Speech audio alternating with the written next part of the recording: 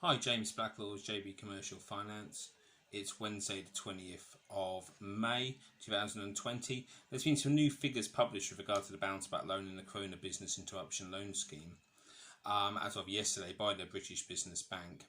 The Corona Business Interruption Loan Scheme, CBILS, £7.25 billion has been lent so far, and that's of course about 40,500 approvals on 81,000 applications.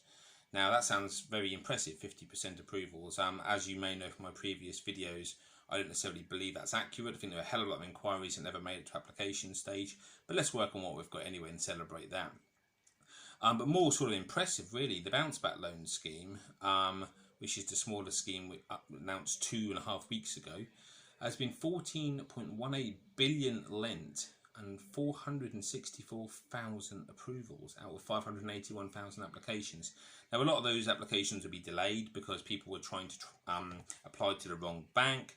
People will be applying and using personal accounts for business purposes, etc. So I expect a hell of a lot of those applications to eventually be approvals and acceptances going forward. So even working on these figures, that's still an extraordinary sort of 80% approval rate.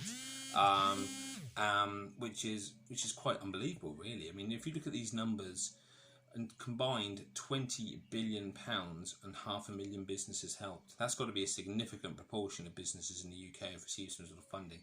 So a massive effort there. That doesn't include the stimulus that's been done under the large business interruption loan scheme, which I very rarely talk about because it's businesses over 45 million turnover, I believe it is.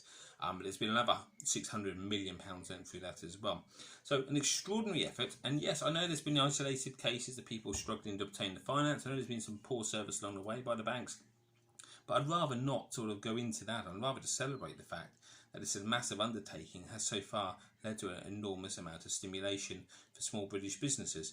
So those statistics can be used by anyone to throw back in the face of people who've said this has been a failure or been frustrated by it.